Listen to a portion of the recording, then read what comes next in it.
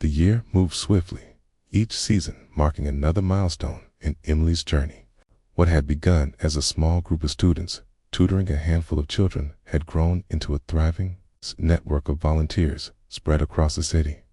The project was now called Brighter Tomorrow, a name chosen by the children themselves. Its reach had expanded to multiple shelters, and local businesses that once doubted her were now eager to contribute. Yet, through all the growth, Emily remained grounded, still tutoring, still showing up each week with the same dedication she had in the beginning.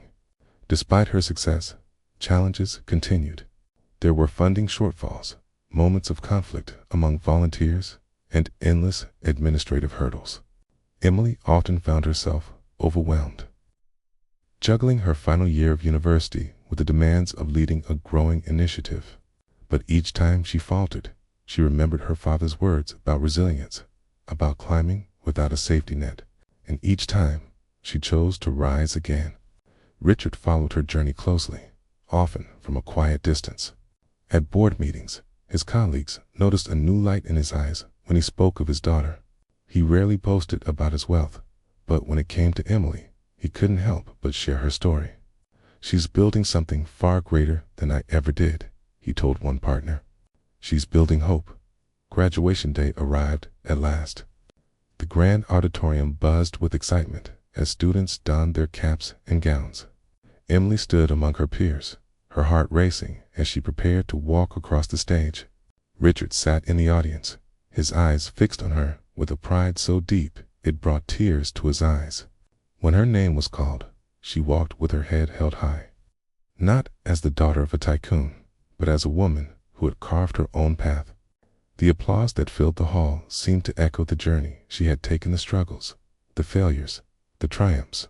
After the ceremony, Emily found her father waiting outside. He held her tightly, whispering, "Your mother would be so proud of you." Emily's eyes glistened as she pulled back to look at him. "Thank you for pushing me, Father. If you hadn't, I would never have discovered who I truly am." Richard smiled, his voice heavy with emotion. "You were always strong, Emily. I just needed to help you see it." The weeks after graduation were a blur of opportunities. Media outlets began covering Brighter Tomorrow, praising Emily for her vision and leadership. Universities invited her to speak, and nonprofits reached out for collaboration. Yet Emily remained focused on the mission, refusing to let recognition distract her from the children who inspired her. She spent long evenings planning new programs, meeting with community leaders, and mentoring volunteers who looked up to her. One summer evening, as she sat on the steps of the original shelter with Sarah by her side, Emily reflected on how far she had come. Sarah, now more confident and thriving in school, leaned against her and asked, "Will you always keep this going?" Emily smiled, brushing the girl's hair back. "As long as there are children who dream, there will be a brighter tomorrow." Back at the Lawson estate, Richard watched the sunset from his study, thinking about the path his daughter had chosen. For years, he had built towers that touched the sky, believing they would be his legacy. But now he understood that Emily was his greatest achievement. Through her, his life's work had found meaning beyond wealth. He whispered into the quiet room, "The Lawson name will be remembered not for fortune, but for kindness." Months later, Brighter Tomorrow held its first citywide fundraiser gala. Richard attended, not as the host, but as a proud father watching his daughter stand at the podium. Emily's speech was simple but powerful. She spoke of resilience, of empathy, of the lessons her father had taught her.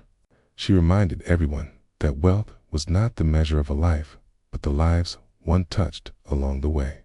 The audience rose to their feet in thunderous applause, many moved to tears. Richard stood among them, clapping until his hands ached, his heart overflowing with pride.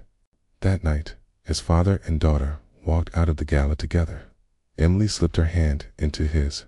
"I finally understand what you meant, Father," she said softly.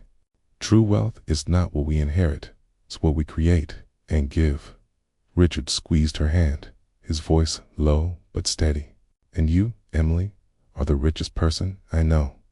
they walked into the night, not as millionaire and heiress, but as father and daughter, bound by love lessons and a shared belief that the greatest legacy one can leave is not buildings or fortunes, but hearts forever changed.